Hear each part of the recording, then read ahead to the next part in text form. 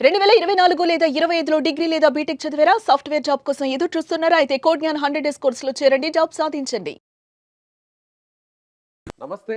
నేను విజయ్. దసరా ముగిసిన తర్వాత దీపావళి వస్తుంది. ఇప్పుడు అందరూ కూడా దీపావళికి బంగారు ఆభరణాలను కొనుగోలు చేయాలని చాలామంది కూడా ఆలోచన చేస్తుంటారు. అయితే ఇటీవల పెరుగుతున్నటువంటి బంగారం ధరలతో ఇప్పుడు బంగారు ఆభరణాలు జోలికి వెళ్ళాలంటేనే భయపడుతున్నారు. ఒకే ఒక్క మాట వినిపిస్తుంది. 10 గ్రాముల బంగారం మరికొన్ని నెలల్లో 3,00,000 రూపాయలకి చేరుకుంటుందని మార్కెట్ నిపుణులు చెప్తున్నారు. ఇది ఎంత మాత్రం నిజం? దీని గురించి మాట్లాడదాం. మనతో పాటు ఉన్నారు బిజినెస్ అనలిస్ట్ ప్రశాంత్ గారు. ప్రశాంత్ గారు, నిజమే అంటారా? 3,00,000 చేరుకునేటువంటి అవకాశం ఉందా? న్యూస్ పేపర్లంతా కూడా నిన్నంతా కూడా ఇవాళ కూడా ఇదే వార్త హైలైట్‌గా మారింది. తప్పకుండా అండి. అంటే మనం స్పెక్యులేట్ చేయలేం కానీ, స్థిరంగా ఏదైనా ఒక వస్తువు, ఒక పెట్టుబడి మనకు గత 2, 3 సంవత్సరాలుగా స్థిరంగా రిటర్న్స్ అంటే అనుకున్న దానికి అంచనాకి డబుల్, ట్రిపుల్ రిటర్న్స్ ఇస్తున్న ఏకైక పెట్టుబడి బంగారు. అది మనం చూసాము. 2023 అక్టోబర్ నుంచి 2025 అక్టోబర్ దాదాపు 2 సంవత్సరాల్లో 100% మనకు రిటర్న్ ఇచ్చింది. అంటే 1 ఇయర్ 40-45%, ఇయర్ ఒక 50% దగ్గరగా 55,000 10 గ్రాములున్న బంగారం ఈ రోజు 1,25,000 దగ్గర చేరుకుంది. కాబట్టి అంచనాలన్నీ పెరుగుతూ పోతున్నాయి. ఎక్కడ ఇది స్టాప్ అవుతుంది, ఎంత దూరం పోతుందని మార్కెట్ లో అయితేనేమి, పెట్టుబడిదారులు అయితేనేమి, దేశాలు కూడా నిశితంగా పరిశీలిస్తున్నాయి. వీటికి చాలా కారణాలు మనం ఇంతకు ముందు కూడా విశ్లేషించాము. బట్ ప్రధానంగా కారణం వచ్చేసి ఈ ఆర్థిక అనిశ్చితి, ప్రధానంగా అమెరికా డాలర్ పై, అమెరికా దేశంపై పొంచి ఉన్న ఆర్థిక అనిశ్చితి తొలగిపోవడం అనేది ఒక ప్రధాన కారణము. ఇది ఎన్ని రోజులు ఉంటుంది, ఎంత దూరం అవుతుంది అని చెప్పేసి మనం స్పెక్యులేట్ చేయలేం. కానీ రానున్న రోజుల్లో పరిస్థితి మాత్రం మార్పు చెందే అవకాశం అయితే ఏం లేదు. ఖచ్చితంగా ఇది స్థిరంగా అభివృద్ధి అవుతూ పోతుంది. డిమాండ్ ఒకసారిగా పెరుగుతున్న పలు రీజన్స్ తో పెరగచ్చు. కానీ గత లాస్ట్ 10-15 డేస్ గా మనం పరిస్థితులన్నీ నిశ్చితంగా గమనిస్తే, అమెరికాలో ఈరోజు అమెరికన్ గవర్నమెంట్ షట్ డౌన్ నడుస్తుంది. అది మీకు చదివే ఉంటారు. చాలా మందికి అంత డీప్ అండర్స్టాండింగ్ ఉండకపోవచ్చు. కానీ అమెరికాలో హౌస్ లో పాస్ అయిన బడ్జెట్ సెనెట్ లో రిజెక్ట్ అయింది. సెనెట్ లో ఇంకా రిపబ్లికన్స్ కి పూర్తి ఆధిపత్యం లేదు. సో వారు చెప్తున్నది ఏంటి అంటే, గవర్నమెంట్ కి ఇస్తున్న శాంక్షన్స్, అంటే government agencies, for example insurance agencies, వాటికి ఇస్తున్న శాంక్షన్స్ లో చాలా కోత ఉండడం వల్ల ఈ బిల్లులు మేము ఒప్పుకోమని చెప్పేసి బడ్జెట్ ని తిరస్కరించడం జరిగింది. అందుమూలన ఫెడరల్ గవర్నమెంట్ దాదాపు 7-8 లక్షల మంది ఉద్యోగస్తులు, వారి సంస్థలు, అంటే అత్యవసర సేవలు తప్ప మిగతా సేవలు అన్ని కూడా, ఏదైనా సరే, ఈ పరిణామం ఒకసారి 2018లో కూడా జరిగింది అమెరికాలో. సో చాలా సంస్థలు ఈ రోజు సెలవు ప్రకటించాయి. సో ఆర్థికంగా చాలా అనిశ్చితికి నెలకొంది అమెరికాలోనే. సో అటువంటి పరిణామాల్లో ఏమవుతుందంటే, డాలర్ ఇండెక్సేషన్ తగ్గుతూ పోవడం, అంటే దేశంలో ప్రపంచ కరెన్సీలతో పోలిస్తే డాలర్ వాల్యూ తగ్గుతూ పోతుంటే, ముదుపరులు ఎవరైనా సరే, అది రీటైలర్ అయినా, హోల్సేలర్ అయినా, ఇంకా దేశీయ బ్యాంకులైనా కూడా డాలర్ కరెన్సీలు వాళ్ళ పొదుపు మొత్తంలో ఉన్న డాలర్ కరెన్సీలు కొద్దిగా తగ్గించుకుంటూ వేరే కరెన్సీ వైపు చూస్తున్నాయి. సో సెకండ్ బెస్ట్ కరెన్సీగా బంగారాన్ని పిలుస్తారు. అంటే బంగారం ఆల్మోస్ట్ లిక్విడ్ లాగానే, అంటే మీ దగ్గర బంగారం ఉన్నట్టే, జేబులో డబ్బు ఉన్నట్టే.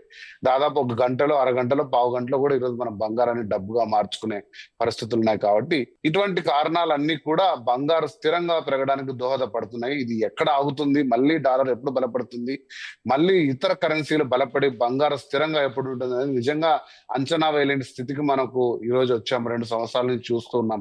కాబట్టి స్థిరంగా బంగారు అయితే ఖచ్చితంగా పెరుగుతుంది. 3 లక్షలు అవుతుంది, 4 లక్షలు అవుతుందా అనేది నేను ఖచ్చితంగా చెప్పలేను. కానీ మనం ఇంతకు ముందు అనుకుంటే డిసెంబర్ నాటికి బహుశా 1,40,000-1,50,000 పెరిగే ఆవశ్యకత ఉందా? ఎందుకంటే యుక్రెయిన్ పరిస్థితులు కూడా మనం చూసాం. అమెరికా ఇంకా మేము సపోర్ట్ చేస్తాం, రష్యాని ధీటుగా ఎదుర్కొంటామని చెప్తుంది, కానీ అది సమసిపోయే అంశంగా లేదు. సో ఇలాంటి అనిశ్చితి ఉన్నప్పుడు ఖచ్చితంగా పెట్టుబడిదారులు అందరూ కూడా స్థిరమైన ఒక పెట్టుబడి వైపు చూసే మార్గం ఉంటుందండి. అలాంటప్పుడు బంగారు పెరిగే అవసరం ఖచ్చితంగా ఉంది. అలాగే బంగారంతో పాటు వెండి ధరలు కూడా సమాంతరంగా పెరుగుతున్నాయి. అయితే వెండి మీద కూడా పెట్టుబడి పెట్టడానికి ఇది ఒక రైట్ ఛాన్స్ అనుకోవచ్చా? రైట్ టైం అనుకోవచ్చా? డెఫినెట్ గా అండి. నేను ఇంతకు ముందు కొన్ని వీడియోస్ లో, సుమన్ టీవీ ద్వారా చేసిన వీడియోస్ లో కూడా చెప్పాను. వెండి అనేది జనరల్ గా పెరగడానికి కారణము, బంగారుతో ఏదైతే మనం చర్చించుకున్నామో అటువంటి విదేశీ అనిశ్చితి కారణాలు అనేది వెండికి అంతగా మనకు లింక్ చేయలేము. కానీ వెండి పెరుగుతున్న కారణాలు అయితే ఖచ్చితంగా మనం చూసాము. ఏంటంటే ప్రపంచవ్యాప్తంగా ఈవీ తర్వాత సోలార్ ఎనర్జీ, తర్వాత రెన్యూవబుల్ ఎనర్జీస్, ఎలక్ట్రానిక్స్, ఇటువంటి వాటికి డిమాండ్స్ పెరుగుతూ పోతున్నాయి. కాబట్టి అటువంటి సాధనాలు ఎంత డిమాండ్ ఉందో వాటిలో సిల్వర్ డెఫినెట్ గా చాలా ఇన్పుట్ సాధనం అండి.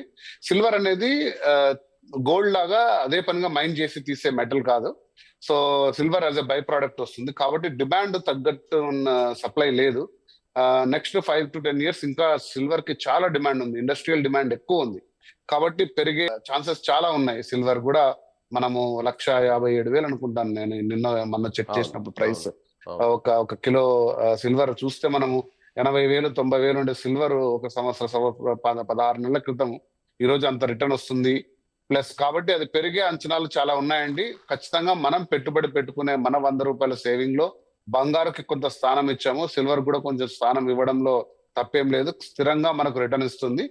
సిల్వర్ ని కూడా చాలా మనము బంగారు మారకం అనేది చాలా ఈజీ. సిల్వర్ మారకం అంత ఈజీ కాదు. కాబట్టి కొంచెం మీరు దానిలో కాషన్ కొంచెం ఎగ్జిక్యూట్ చేయండి. నాణ్యమైన బార్స్ తీసుకోండి. మళ్ళీ తిరిగి ఆ బార్స్ ఎక్కడ ఇవ్వాలి, వాటిని ఎలా క్యాష్ చేసుకోవాలి. ఎందుకంటే ఈరోజు బంగారు తాకట్టు పెట్టుకొని మనకు కనీసం లోన్స్ తీసుకునే వ్యవస్థ ఉంది. సిల్వర్ కి ఇంకా అటువంటి వ్యవస్థ లేదు. సిల్వర్ ని ఎక్స్చేంజ్ అంత ఈజీగా చేసుకునే వ్యవస్థ ఇంకా కొంచెం ఇంక్రీజ్ కాలేదు. కాబట్టి పెట్టుబడి కొంచెం చూస్ చేయండి. బట్ ప్రైసెస్ లో మాత్రం ఖచ్చితంగా సిల్వర్ కూడా గోల్డ్ తో సమాంతరంగా పెరిగే ఛాన్సెస్ ఉన్నాయి. సో అలాగే బంగారం అలాగే వెండి కూడా రెండు కూడా పెరిగే ఛాన్సెస్ ఉన్నాయని చెప్తున్నారు. కానీ కొంతమంది చాలా మంది ఇప్పటికే 1,25,000కు బంగారం చేరుకుంది, 1,50,000కు వెండి చేరుకుంది. ఇంకొంచెం తగ్గుతుందేమో చూద్దాం, తగ్గిన తర్వాత అప్పుడు కొందాం అనేటువంటి ఆలోచన చేసే వరకు ఏం చెప్తారు?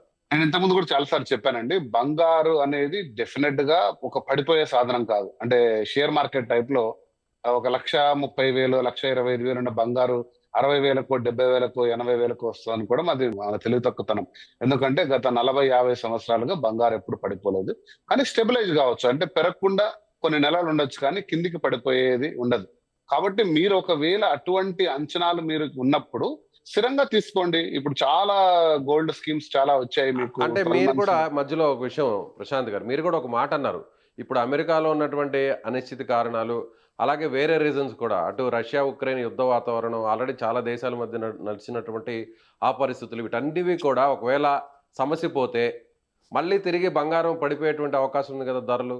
అలాంటప్పుడు బంగారం మళ్ళీ తిరిగి 1,00,000కో 90,000కో వచ్చే ఛాన్స్ ఉందంటారా?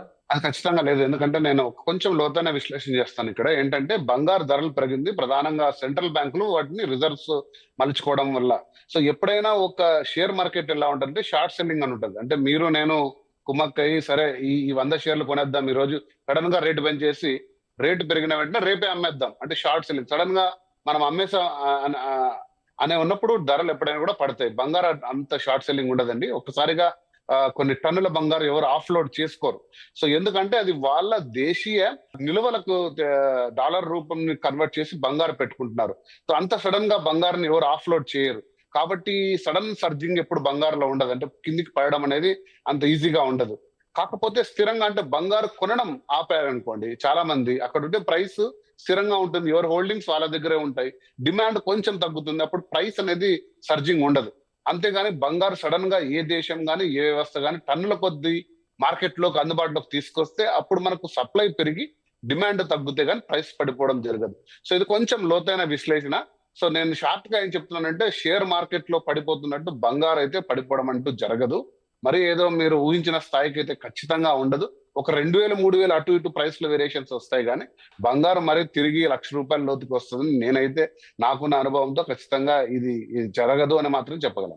Right sir, thank you so much. మంచి లోతైనటువంటి విశ్లేషణ అందించారు ప్రశాంత్ గారు. సో వ్యూవర్స్ చూస్తున్నారుగా, సో ప్రశాంత్ గారు చెప్తున్నట్టుగా బంగారం మీద ఎవరైతే పెట్టుబడి పెట్టాలనేటువంటి ఆలోచన చేస్తున్నారో ఇమీడియట్గా ఇప్పుడు రైట్ డెసిషన్, వెంటనే దాని మీద పెట్టుబడి పెట్టవచ్చు. అదేవిధంగా ఎవరికైనా కానీ షేర్ మార్కెట్లో ఏ విధంగా అయితే సడన్గా కుప్పకూలిపోతాయో షేర్స్ అన్నీ, అలాంటి పరిస్థితులు బంగారానికి సంబంధించినటువంటి ఇన్వెస్ట్మెంట్ పెట్టే వాళ్ళకి రావు. కాబట్టి మీరు ఒకవేళ బంగారం మీద పెట్టుబడి పెట్టాలంటే ఇమీడియట్గా పెట్టవచ్చని ఆయన చెప్తున్నారు. మరి మీరేమనుకుంటున్నారు? మీ అభిప్రాయాన్ని కింద కామెంట్ బాక్స్లో తెలియచేయండి. Thank you. సుమన్ టీవీలో మీ పర్సనల్ అండ్ బిజినెస్ ప్రమోషన్స్ కోసం కింది నెంబర్కి కాంటాక్ట్ చేయండి.